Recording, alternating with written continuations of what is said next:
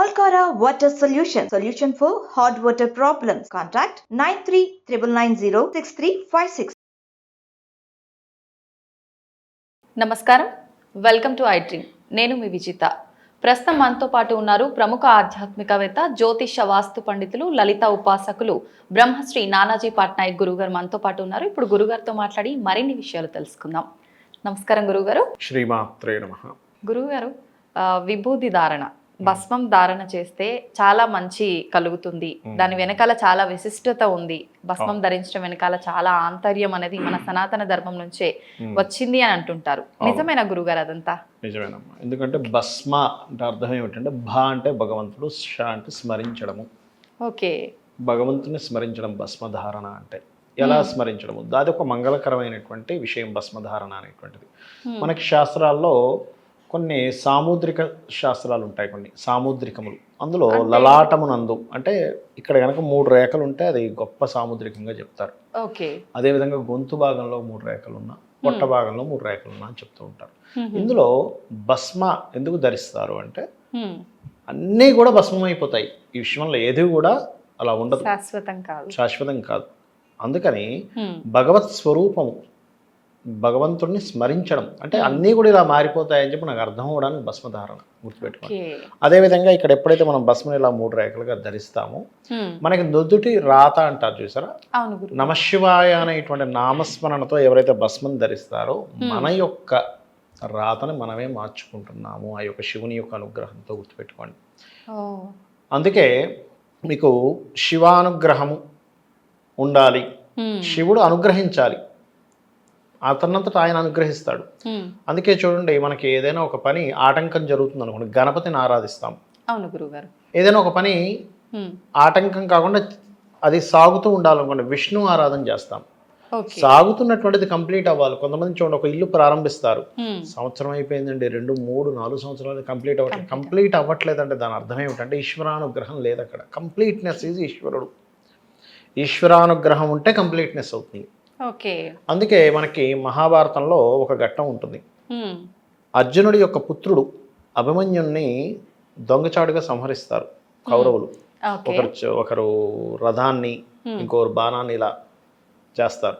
చేసినందుకు అర్జునుడు ఒక శపథం పడతాడు, ఖచ్చితంగా నా పుత్రుడిని ఎవరైతే సంహరించాడో అతన్ని రేపు సాయంత్రం కల్లా నేను సంహరించి తీరుతాను, లేనట్లయితే గాంధీవంతో సహా నేను అగ్నిలో దూకుతాను అని.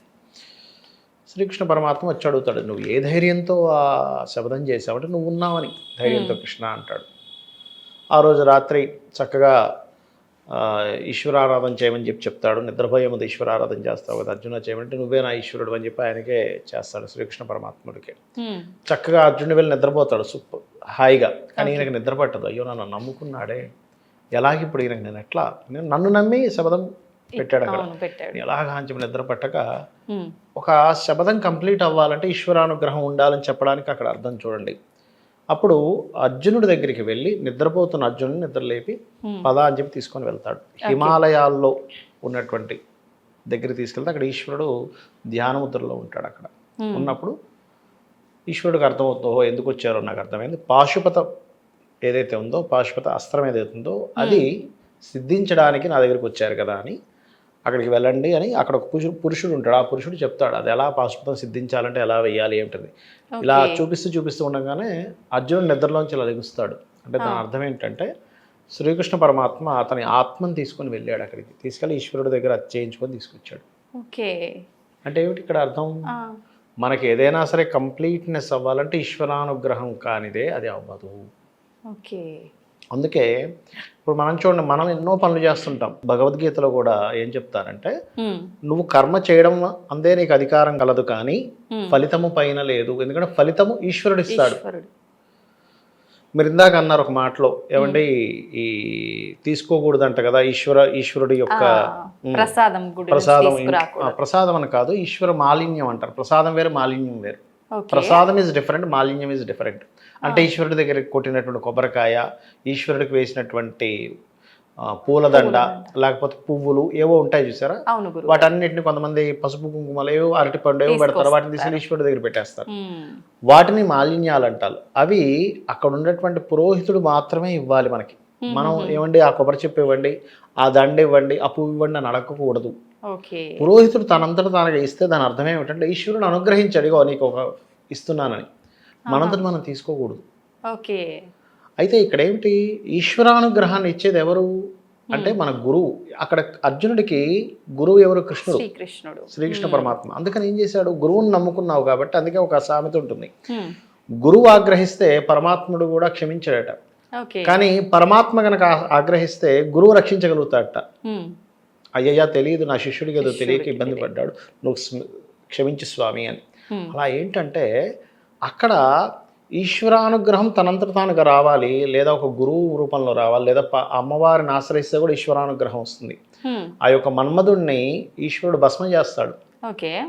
హరనేత్రాగ్ని సందగ్ధ కామ సంజీవన ఔషధి అని ఉంటుంది. అంటే హరుని యొక్క నేత్రము చేత దగ్ధమైనటువంటి ఈశ్వరుని బతికించింది అమ్మవారు.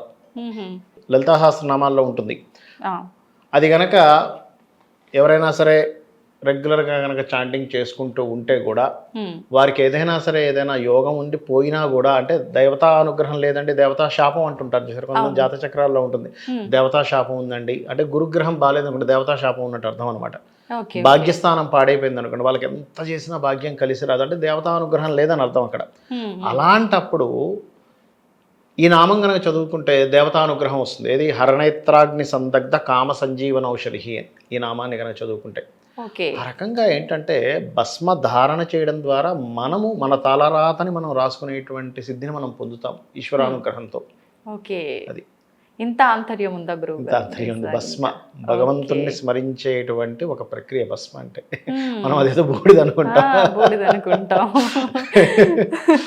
నిజమే గురుగారు. అయితే గురుగారు కొన్ని సార్లు మనం ఆలయాల్లోకి వెళ్ళినప్పుడు తడిపిన విభూతిని చూస్తుంటాం శివాలయంలో ఎక్కువగా. మనం ఇంట్లో చూసుకుంటే తడిపింది కాకుండా నార్మల్ గా పొడిగా ఉన్నది పెట్టుకుంటుంటాం. నిజంగా ఏ విభూతి ధారణ చేయాలి గురుగారు? అంటే ఏం లేదమ్మా, తడిపినటువంటి విభూతి ధరించడానికి వీలుగా ఉంటుంది, పొడిది మీరు పెట్టుకోలేరు. చాలా సింపుల్. ఏంటంటే పొడి విభూతులు రెండు రకాలు ఉంటాయి. పొడిది కూడా పెట్టుకుంటారు, కాకపోతే కొన్ని తడిపితేనే అది కుదురుతుంది, చాలా నీట్ గా పెట్టుకుంటారు, కానీ తడిపే పెడతారు. తడిపి పెడితే కాస్త గట్టిగా ఉంటుంది అనమాట అది.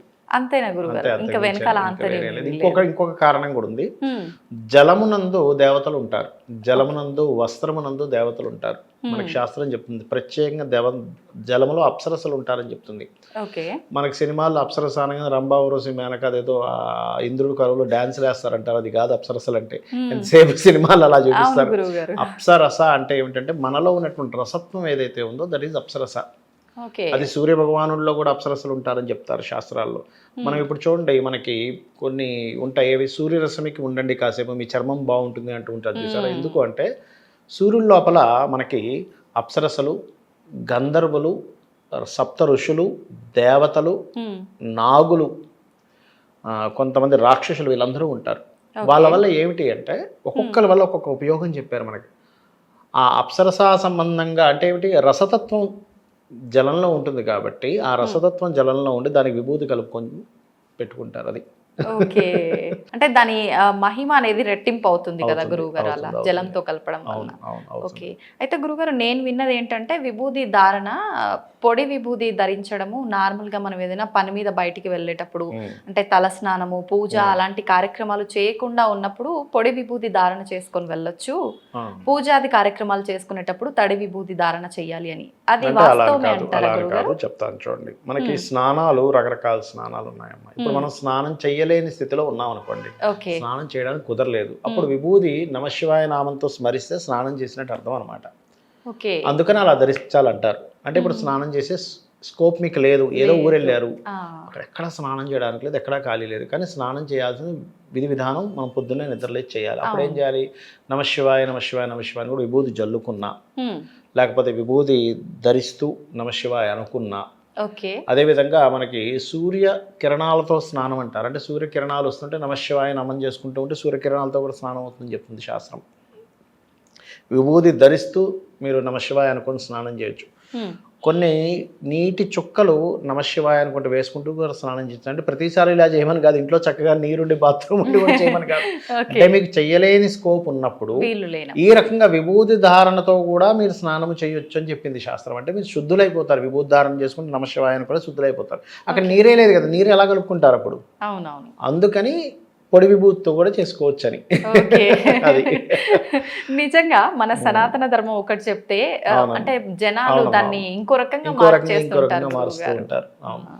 గురుగారు ఇంకొకటి ఏంటంటే విభూదిని ధారణ చేయడంతో పాటు కొంతమంది నోట్లో కూడా వేసుకుంటూ ఉంటారు. అవునవును. అది ఏంటి గురుగారు దాని వెనకాల ఆంతర్యం? విభూతి అంటేనే అది ఈశ్వర స్వరూపం అమ్మ. విభూతి అంటే ఏమిటంటే ఇంకా అన్నిటికంటే గొప్పది విభూతి అంటే. దాని అర్థం ఇంకా సింపుల్గా చెప్పాలంటే మీరు విభూతిని కాదు, మీరు ఏ పదార్థమైనా మీరు గమనించండి. ఇప్పుడు ఒక వ్యక్తి రోగి ఉన్నాడు అనుకోండి, బాగా అనారోగ్యంతో బాధపడుతూ ఉన్నాడు.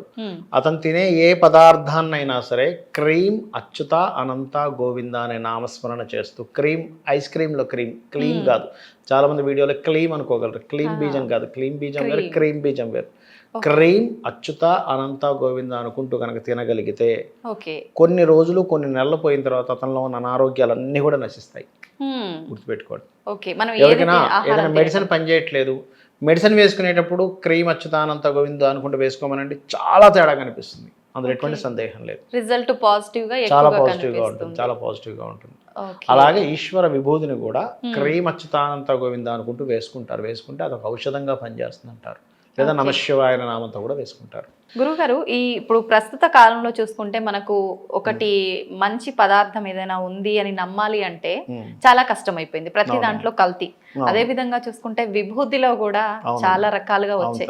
నిజంగా ఇది మంచి విభూతి అని మనకి ఏ రకంగా తెలుస్తుంది గురుగారు? మంచి విభూతి అంటే ఇంకా అది మనంతటా మనం తయారు చేసుకోవడమేనమ్మా. అది అంటే మనం యజ్ఞం హోమం చేస్తుంటాం కదా, ఆ హోమం దానిలోంచి తీసుకొని చక్కగా జల్లించి పెట్టుకోవడం.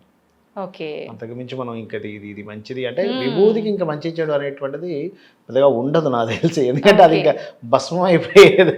దాన్ని ఇంకా కొత్తగా రకరకాలు తయారు చేస్తుంటారు. ఇంకా మనం సొంతంగా మనం ఇవాళ రేపు కల్తీ లేదంటే ఏది లేదు. పెట్టుకోండి, అన్ని కల్తీ. పాలు, నీళ్లు, ఉప్పు, పప్పు అన్ని కలిపి ఆఖరి మిరియాలు కూడా తయారు చేస్తున్నారట.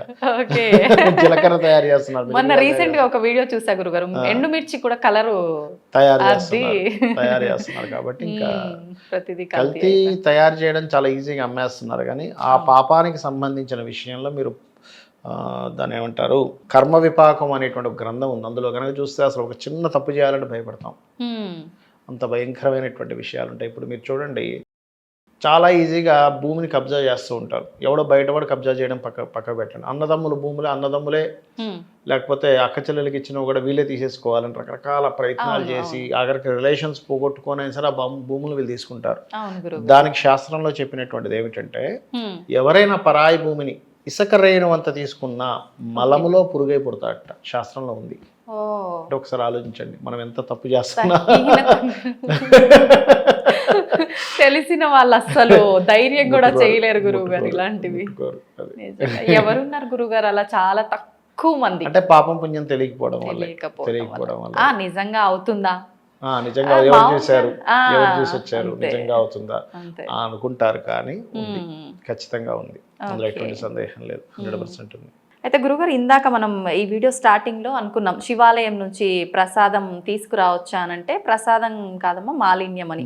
దాని గురించి కొంచెం డీటెయిల్ గా చెప్పండి. అంటే ఏం లేదమ్మా, శివుడి దగ్గర ఉన్నటువంటి మాలిన్యము అది శివుని పక్కనే ఒక దేవతామూర్తిని పెడుతుంటారు. కొన్ని వాటిలో శివునికి ఎదురుగా పెడుతూ ఉంటారు. వారికి చెందుతుంది అంటూ ఉంటారు అనమాట. అంటే వారికి చెందేటువంటిది అంతా కూడా మనం తీసుకెళ్లేటువంటిది కాదు. అది శివానుగ్రహంతో ఆ యొక్క పురోహితుడికి బుద్ధికి తోచి ఇస్తున్నప్పుడు శివుడు ఇస్తున్నట్టే. పురోహితుడు ఏదో ఇస్తున్నట్టు కాదు. అక్కడ శివుడికి ఆ యొక్క పురోహితుడికి ఆ మనసులో వెళ్ళేలా చేస్తాడు. నువ్వు వీళ్ళకి అరటిపండు ఇవ్వు, ఆయన 4-5 తీసుకొస్తాడు. చేశారు లోపలికి వెళ్ళి ఒక అరటిపండు, కొబ్బరి చిప్ప, 2 పువ్వులు తీసుకొస్తారు. ఇలా తీసుకొచ్చేసి అక్కడ ఎవరు రాగండి ఇగోండి అని ఇచ్చేస్తాడు. అంటే ఏమిటి, అది ఆటోమేటిక్గా ఈశ్వరానుగ్రహం అలా కలుగుతుంది అక్కడ.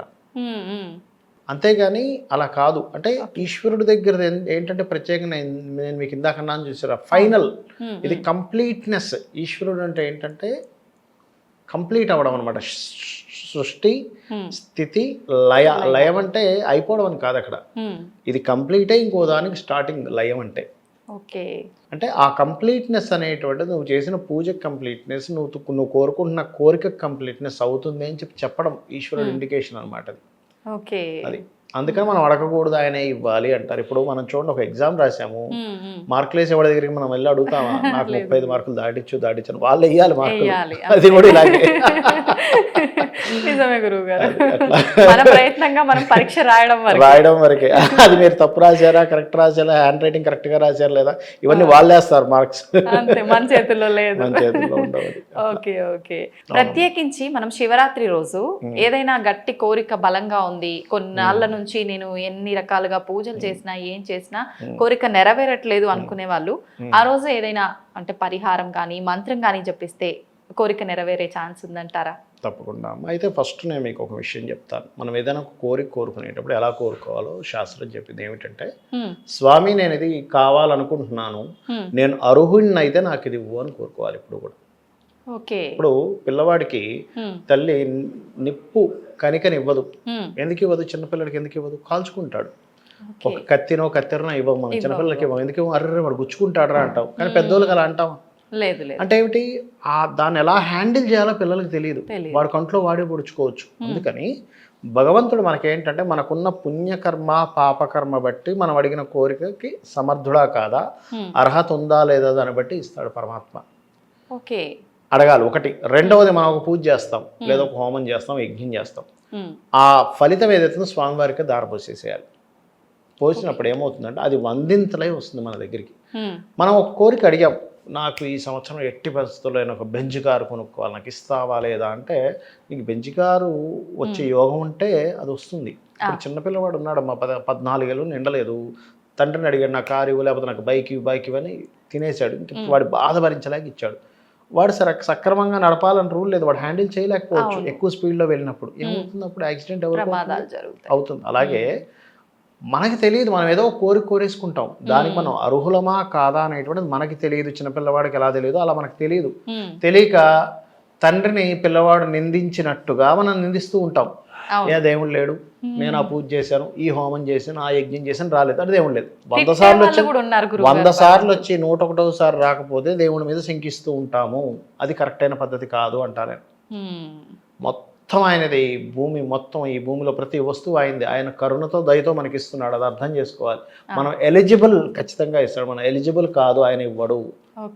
నువ్వు నాకు ఇది రావట్లేదు, నాకు ఇది లేదు అంటే, నాకు ఇది మంచిది కాదు నువ్వు ఇవ్వలేదు పరమేశ్వర, నీకు ఒక నమస్కారం అనుకోవడం. అంతేగా నువ్వు ఎందుకు ఇవ్వలేదు, నాకు అది ఇష్టం, ఇలాగే చేస్తావా నేను నమ్మినందుకు అంటే, అది ఎలా ఉంటుందంటే చిన్నపిల్లవాడు కత్తిని మంచి డ్యాన్స్ చేసినట్టే ఉంటుంది అక్కడ. తల్లికి తెలుసు ఎందుకు ఇవ్వకూడదు, మొరబెట్టినా ఇవ్వదు. అంతే కదా. నిజమే గురుగారు. అది చాలా మంది గురుగారు నిజంగా మీరు అన్నట్టే, ఏదైనా అనుకున్న జరగకపోయినా, ఏదైనా సమస్య వచ్చింది అన్నా ఇంతగా పూజిస్తుంటా, ప్రతిరోజు నువ్వే దిక్కు అన్నట్టుగా పూజ గదిలో పడి పూజలు చేస్తా ఉంటా, ఎందుకు నేను పూజించింది దేవుణ్ణి కాదా రాయినా, తిట్టే వాళ్ళు ఉంటారు గురుగారు చాలా మంది. దానివల్ల దోషం ఏమైనా వచ్చే ఛాన్స్ ఉంటుంది? దీనికి మీకు ఒక చిన్న ఎగ్జాంపుల్ చెప్తాను. కొన్ని సంవత్సరాల క్రితం నా దగ్గరికి నాకు క్లయింట్ ఉండేవాడు. ఆయన ఇప్పటికీ అప్పుడప్పుడు ఎప్పుడైనా ఫోన్ చేస్తుంటారు, ఏదైనా సమస్య ఉంటే అడుగుతుంటారు. అతను ఏం చేశాడంటే, ఒక విషయం అడిగాడు. ఏమండి, మా కంపెనీ వాళ్ళందరూ యుఎస్ దీనికి వెళ్తున్నారు, నాకు కూడా ఆ ఎలిజిబిలిటీకి రావాలి, ఏం చేయమంటారు అంటే, పలానా రెమెడీ చేసుకోండి, బట్ మీ జాతకంలో అయితే లేదు, విదేశాలకు వెళ్ళే యోగాలు పెద్దగా లేవు, మీకు ఈశ్వరానుగ్రహం ఉంటే ఏది కాంతి లేదు, ఒక్కసారి మీరు రెమెడీ చేసుకోండి, ఈ పరిహారం చేసుకోండి, లేకపోతే ఈ స్తోత్రం చదవండి అన్నా. అడిగితే అంటే మా టీం అంతా ఒక కంపెనీతో ఏదో పెట్టుకొని వెళ్దామని ప్లాన్ చేసుకున్నారు, ఒక 4-5 కలిపి. ఓకే. అంటే ఆయన ఏం చేశాడు, అయినా రాలేదు ఆయనకి. అన్ని రోజులు వేరే చేస్తే వచ్చి రాలేదు. లేదు సార్, అసలు జాతకం లేదు, దేవుడు లేడు, ఏమీ లేడు, నేను నాస్తికుని అయిపోతున్నా ఈరోజు నుంచి. అరే అట్లా అనుకోకయ్యా, ఈశ్వరుడు ఎందుకు ఇవ్వలేదో నీకు ఇప్పుడు తెలియదు, నీకు అర్థం కాదన్న. సరే అయిపోయింది. నెక్స్ట్ ఏంటంటే, కట్ చేస్తే ఈ 5 వెళ్ళాల్సి నేను ఉండిపోయిన 4 వెళ్ళారు. వీళ్ళు వెళ్ళింది ఒక ఫేక్ కంపెనీతో వెళ్ళారు, తెలియక. అక్కడికి వెళ్ళి నానా బాధలు పడి వెనక్కి వచ్చారు. అప్పుడు ఈయన అన్నాడు, బాబు నిజమే సార్, నన్ను భగవంతుడు ఎందుకు పంపించలేదో నాకు ఇప్పుడు అర్థమైంది. నిజంగా ఇప్పుడు ఆయన విషయంలో అలా జరిగింది కాబట్టి ఆయన రియలైజ్ అయ్యాడు. అలాగే ఎక్కడో దగ్గర మనకు రియలైజ్ వస్తుందమ్మా మనకి. అవునవును. దానికోసం మనం వెయిట్ చేయగలగాలి, అర్థం చేసుకోగలగాలి పరమాత్మను. అంతేగాని ఏదో ఒక చిన్న తప్పు జరిగితే నాకు ఇది ఇవ్వలేదు కాబట్టి తల్లి నాకు తల్లి కాకుండా ఉంది అన్నట్టుగానే ఉంటుంది. తల్లి ఏదో పిల్లవాడికి ఇవ్వలేదు పాడైపోతాడని అంత మాత్రం నువ్వు తల్లిని కాదంటావా? లేదు. అలాగే పరమాత్మను కూడా కాదనడానికి లేదు. ఇది అర్థం చేసుకోవాలి. ఓకే.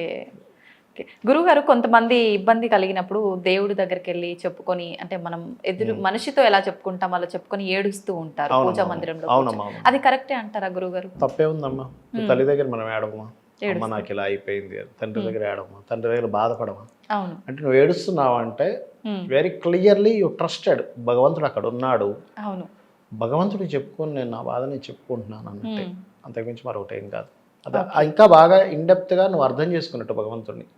ఆ ఏడుపేదో భగవంతుడి ముందు ఏడు అంటాం మనం. అంటే కేవలం ఏడడం అంటే ఏదో ఏడ్చేయడం కాదు, రియలైజ్ అవ్వగలగాలి. ఎలా రియలైజ్ అవ్వగలగాలి? నేను పూర్వజన్మల్లో ఎవరైనా ఇబ్బంది పెట్టుంటాను, ఒక చక్కటి భార్య రాలేదు హింసిస్తుంది, లేదా చక్కటి భర్త రాలేదంటే పూర్వజన్మల్లో నువ్వు చక్కటి భార్య వచ్చినా నువ్వు హింసించి ఉండుంటావు, మంచి భర్త వచ్చినా నువ్వు హింసించి ఉండుంటావు, అందుకని ఈ జన్మలో ఇలా అయింది. పిల్లలు కలగట్లేదు అంటే మంచి పిల్లలున్నా నువ్వు ఇబ్బంది పెట్టుంటావు, అందుకే పిల్లలు కలగట్లేదు. మంచి ఉద్యోగం రావట్లేదు అంటే నీకు మంచి ఉద్యోగం ఉన్నా నువ్వు సరిగ్గా చేయకపోయి ఉంటావు, అందుకని ఈ జన్మలో నువ్వు బాధపడుతున్నావు.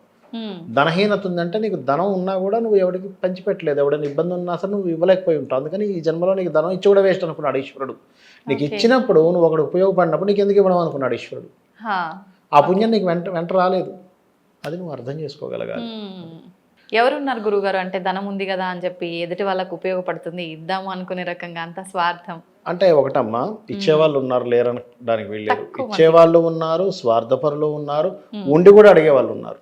నిజమే గురుగారు. ఎందుకంటే మన బస్సు ఫ్రీ బస్ అని పెట్టింది గవర్నమెంట్, అవసరం ఉన్నవాళ్ళు లేని వాడు కూడా బస్సు ఎక్కుతున్నాడు. అవునండి. అంటే లోకం అలా ఉండేసరికి ఇచ్చే వాళ్ళు కూడా కొంచెం ఆలోచిస్తున్నారు, నిజంగానే అడుగుతున్నాడా, నిజంగానే అవసరం ఉందా, లేకపోతే మన దగ్గర డబ్బులు నేను తీసుకెళ్ళిపోదామని అడుగుతున్నాడా. అంటే లోకం మారేసరికి వీళ్ళు కూడా 10 రకాలుగా ఆలోచించాల్సి వస్తుంది. నిజమే గురుగారు, చాలా మంచి విషయాలు తెలియజేస్తారు గురుగారు, ధన్యవాదాలు. శ్రీమాత్రే నమః.